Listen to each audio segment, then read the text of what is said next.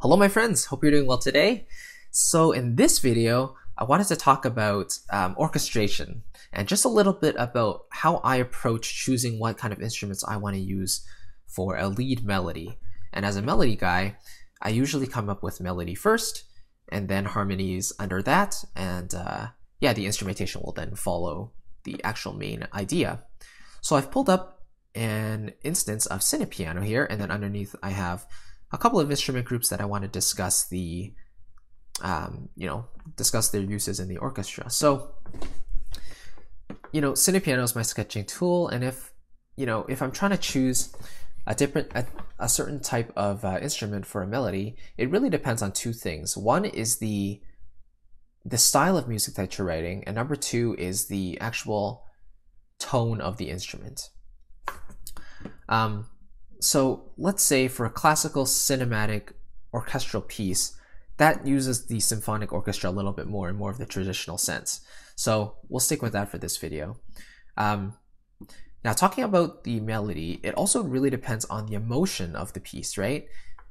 Emotion of the line and what type of style you're trying to get from the instrument. So let's say we have something like this.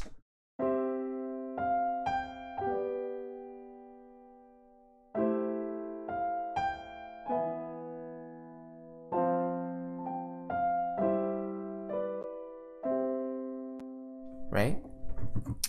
That's kind of reflective, that's kind of nice and soft. So the two instruments that jump to my mind right away are strings and winds.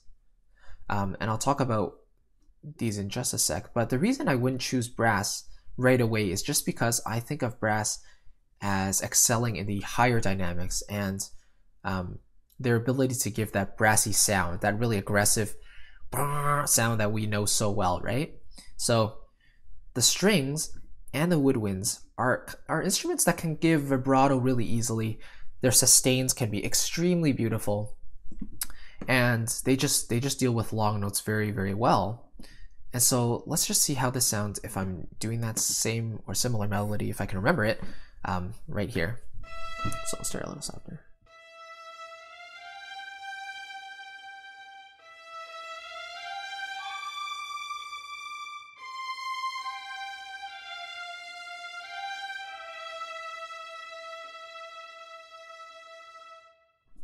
And the actual samples themselves, if they have that baked in vibrato that lends itself really well to the style, then I'll tend to go for that as well. But let me do the same thing with the woodwinds. And here I have a solo oboe from Berlin Woodwinds.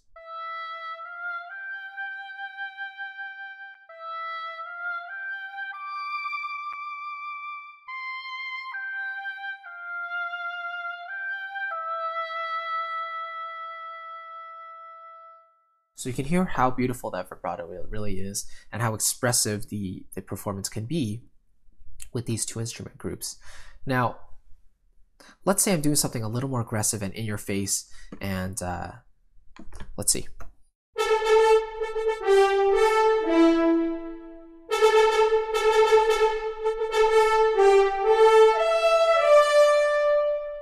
Right? So something with a lot of repeated notes and something with a lot of energy and aggression, that's something I would tend to use brass for. Something heroic, something majestic.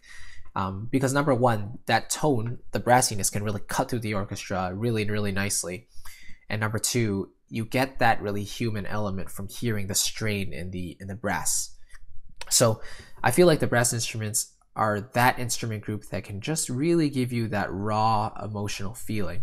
And you can really tell how much the players are giving to their instruments.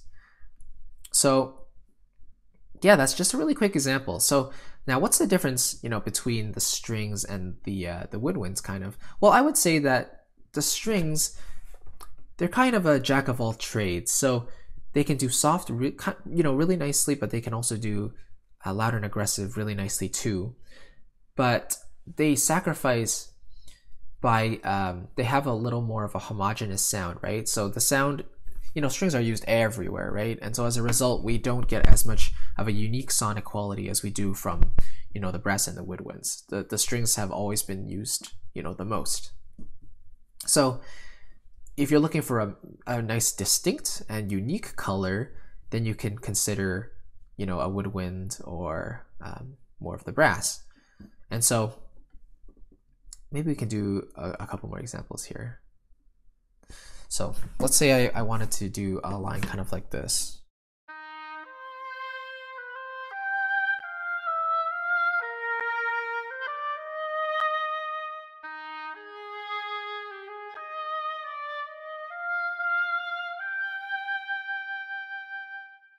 Something that's really expressive and has some leaps and jumps. It really allows the range of the instrument to kind of shine there. And so for something that's a little, so that, you know, something that's really expressive and emotional, then I really enjoy using the woodwinds for that. Violins, if I'm going for something that's really lush and full, and something that can fill in really, really well, then I'll tend to go towards strings. And if I'm going for something aggressive and meaty, then I'll tend to use the brass. And that's not to say that you can't combine the instruments. You definitely can, and that's something we'll talk about in a later video as well. But in this one, I just wanted to talk about the defining characteristics about, you know, each of these instrument groups and why I would personally use them. So I hope you enjoyed that. That's just kind of a little overview. If you have any questions about it, please let me know. And yeah, leave your comments.